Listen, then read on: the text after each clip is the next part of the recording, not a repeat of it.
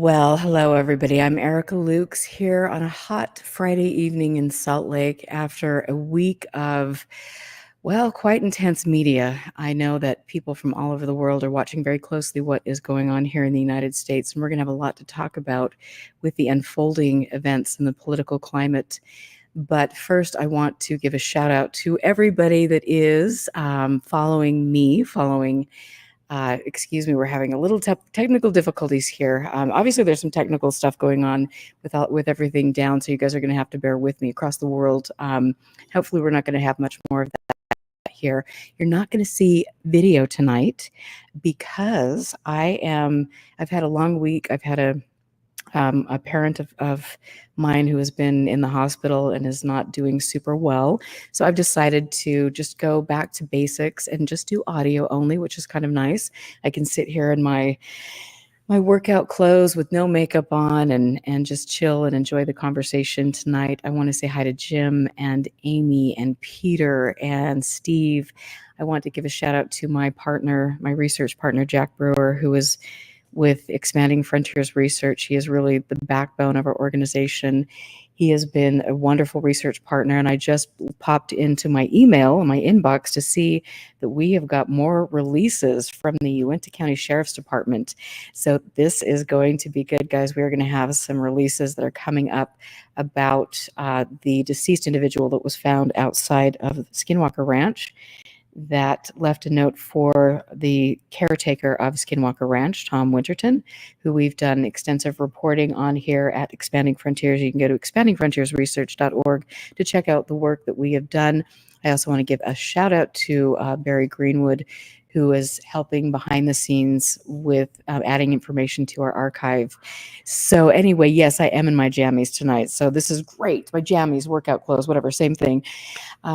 It is obviously, I mentioned that it's been a really interesting week for those of you who've been following the news, but I also want to just mention really quickly that there was a story that was that the Salt Lake Tribune broke, which is very interesting, and it kind of has ties back to me. Not to me, but it involves the Utah National Guard. And I am very happy that they're reporting on the fact that our governor, Spencer Cox, was informed of misconduct by General Michael Turley here who's head of the Utah National Guard. He had been informed of sexual abuse. He'd also been accused of being abusive as well. And Spencer Cox knew about this situation. He decided to turn the other way, and Major Turley was let go, but not without a trail in his wake.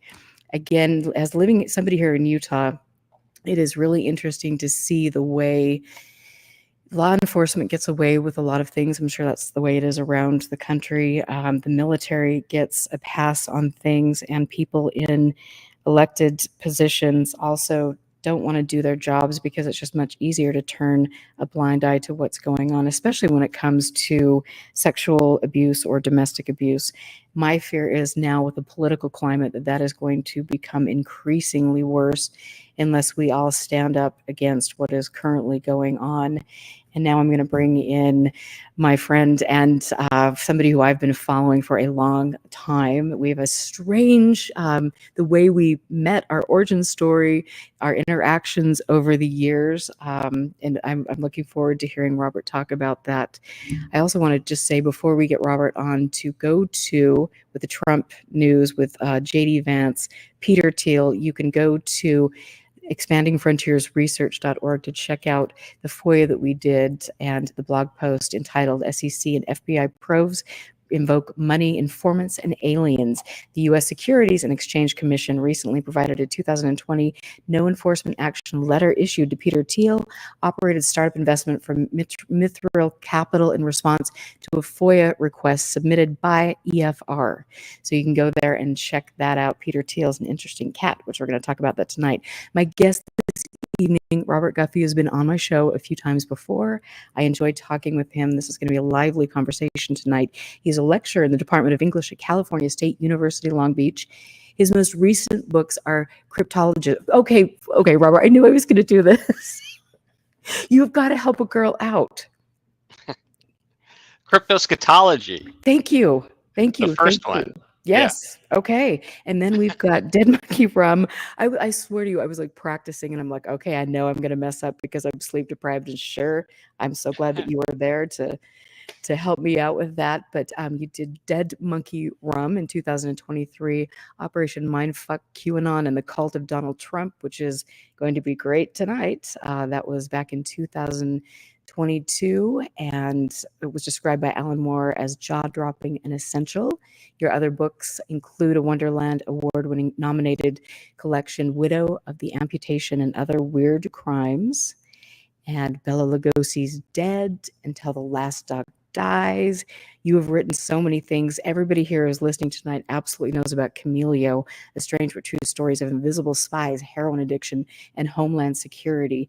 If you followed Skinwalker Ranch at all, you know that Chameleo, Jacques Vallée, all of these people, I mean, it's kind of an interesting story to weave the web between Chameleo and then insert the characters here, the usual suspects and all the goings-ons. And so I'm really excited to have you here tonight. And let's get into, first of all, how are you doing? What's going on? Give us the down low.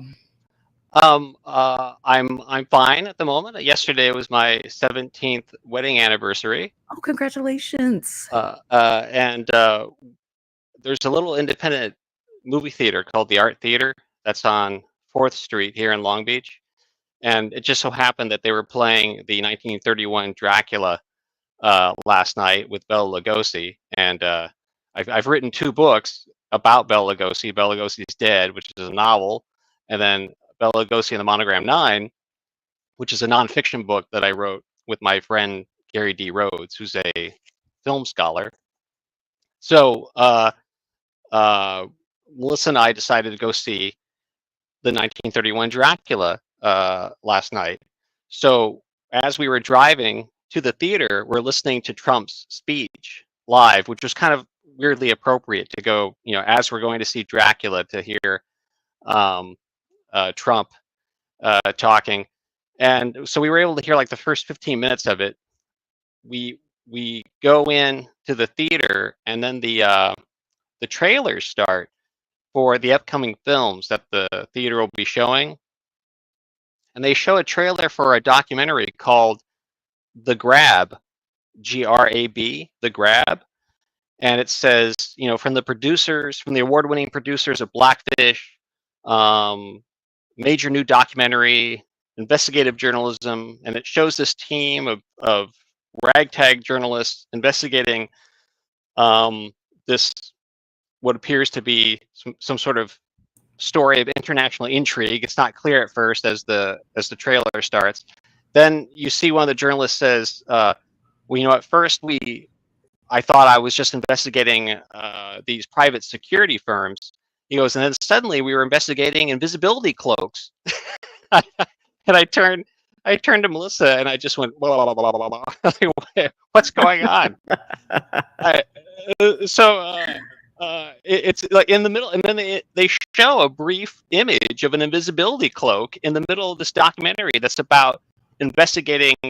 It appears to be some sort of in-depth, years-long investigation into Blackwater-type private security firms and how it ties into these like land grabs in foreign nations. And that's all I know about it. I mean, all I saw was the trailer, which was like 2.5 minutes long.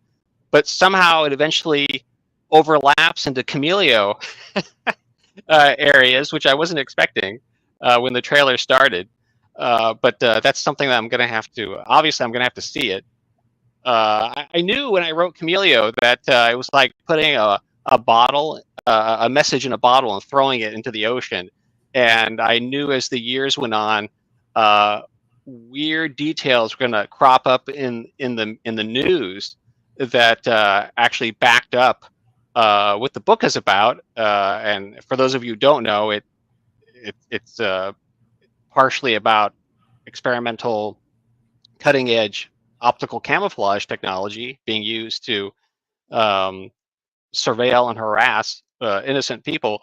Uh, and um, suddenly there it was in this major new documentary. So I look forward to seeing that. So that was a weird coincidence that just happened last night. Don't you love that? Like, no matter where you go and you think you can, like, tune out to this stuff, it's like, okay, here we go again. Oh yeah, well yeah. Joseph Campbell said synchronicity is the universe telling you you're on the right path. And there's a line from a David Lynch film, Lost Highway, where the cop says, "There's no such thing as a bad coincidence." I don't know if that's true. I think I have had bad coincidences, but I understand the meaning behind it. You know what? And I think I do as well. I hate to say it, but it's, yeah, as you know, I think the past 5 years for me has been just well, I'd like to say there's nothing like a bad coincidence in the past 5 years, but yeah, that's totally that's really interesting. I'm gonna have to keep an eye out for that. And the land grab, there have been lots of interesting land grabs lately. And I think I'm trying to think about 6 months ago, maybe you guys in chat could help me out, but there were some tech investors that were buying a bunch of land near an army installation. And I believe that was in California. And that was Oh, quite interesting. interesting. I think the powers that be were very concerned about that and having this. They were going to. The idea was to create this new community that's self-sufficient and things. It was very interesting. I need to go back and find out what that was, but yeah, that was just. It's interesting to see right now, especially after watching what I could watch of the Republican National Convention, just seeing, Peter Thiel and Elon Musk, and here we go, all the tech bros and their evil deeds, and then you get the politics, conspiracy theories, and people, showing their badge of honor. Instead of we've tinfoil hats, now we've moved to maxi pads on your ear. I don't know. I mean, I hate to, it was obviously that was a very traumatic event. And unfortunately, the assassination attempt, people lost their lives, which is really unfortunate. And I'm afraid that now that we're seeing this type of just really, the violent rhetoric is increasing from the side who claimed that they weren't doing anything, as always. And it's going Right. to be a really, really ugly few months. And that's unfortunate. This is where we need to go, and that there's so many people that have been radicalized by the cult of MAGA. Right. While they claim it's the other way around. Right. Yeah, that's the bizarro world we're living in. I watched all 4 days of the Republican convention, and my brain slowly melting out of my body. I didn't watch every single speech, but I watched a lot of them. And in fact, earlier this morning, I went back and watched the Trump speech because I only heard the first like 15 minutes of it before I went to go see Dracula. So, Well, that's way to go with that one. The overwhelming impression on the first day was a Hunter S. Thompson quote kept coming into my mind in Fear and Loathing in Las Vegas. By the way, yesterday would have been Hunter S. Thompson's birthday. Oh, wow. And it certainly would have been fascinating to see what he would have to say about Trump delivering his 90-minute speech, the longest speech ever, the longest acceptance speech ever at a Republican convention. And that's most unfortunate on multiple levels. um, and by the way, they made a big deal about supposedly he threw out the original speech and wrote a whole new one so that they would be more unifying. I really think he just added on to what he already had. That's why it's like 92 minutes long. He just added the front part about the assassination attempt, so that like pushed it out to like 92 minutes. But there's a part in Fear and Loathing in Las Vegas where Hunter S. Thompson is describing what the Circus casino looks like. And he says, the Circus is what the whole HEP world would be doing on Saturday night if the Nazis had won the war. This is the Sixth Reich. And I always love the touch that he skipped to the Sixth. It's the Sixth Reich. That's what those two sentences kept floating through my mind as I was watching the first night. Wow. And of course Nixon was president when Hunter S. Thompson wrote Fear and Loathing in Las Vegas, and apparently Trump has a letter from Nixon from many years ago where Nixon told Trump that he would make a good presidential candidate. Oh, wow.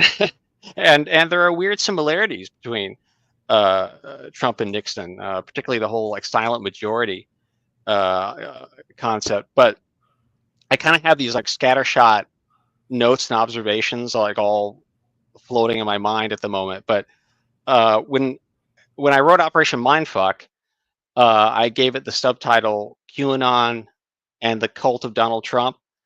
And some people said, oh, you know, that's an exaggeration. It doesn't qualify as a cult. You know, it's just a political movement. It's not a cult. Well, sometimes movements turn into cults. And yesterday, we finally saw the final piece of evidence we need to nail this down as an out-and-out religious cult. I saw the photos of the MAGA attendees of the convention wearing those giant white bandages on their left ear, mimicking Trump's comically large bandage.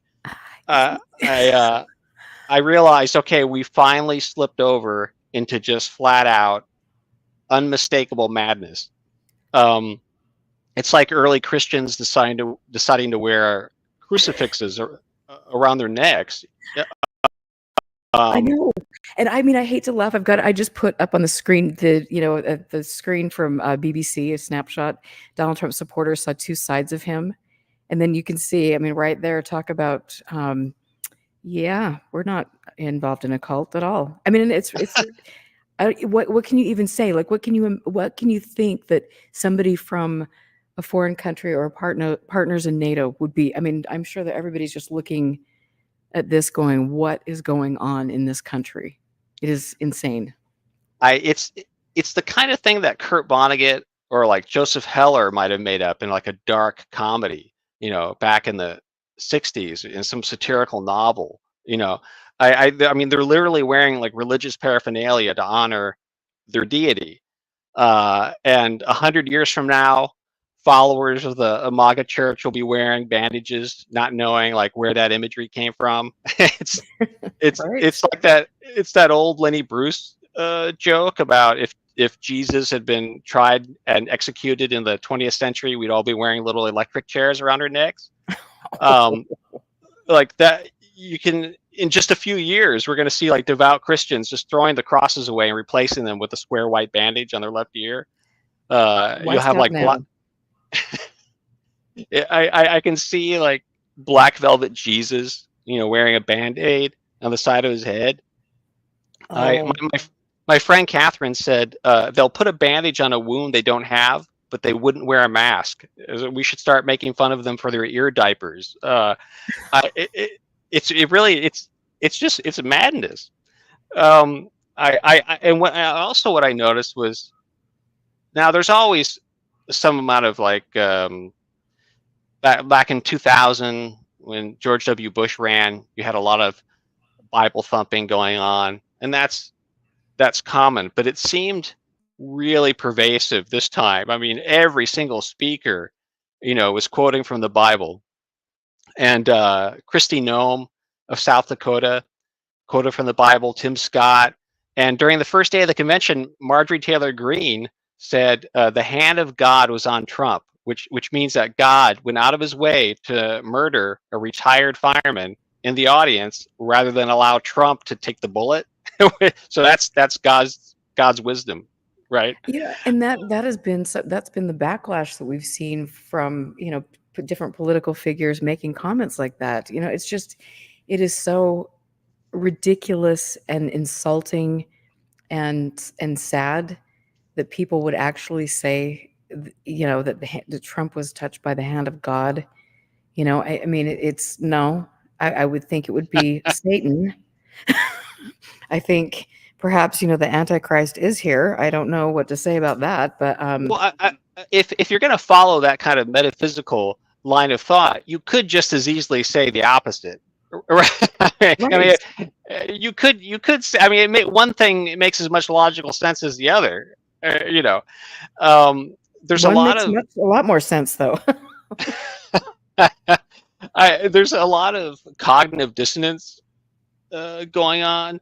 I I I noticed that, and this has been brought up many times, where on one hand they'll say Joe Biden is a brain dead scarecrow, who's secretly being controlled by Obama from behind the scenes, and then a second later they'll say he's the head of this ruthless, bloodthirsty Biden crime family. I mean, Trump's said this many times. Like, he'll say he's brain dead, he's senile, and then a second later, he's like this mafia don. He's like Marlon Brando in Godfather. So is he brain dead and senile, or is he the mastermind behind this generational crime family? Um, I mean, it can't be both, right?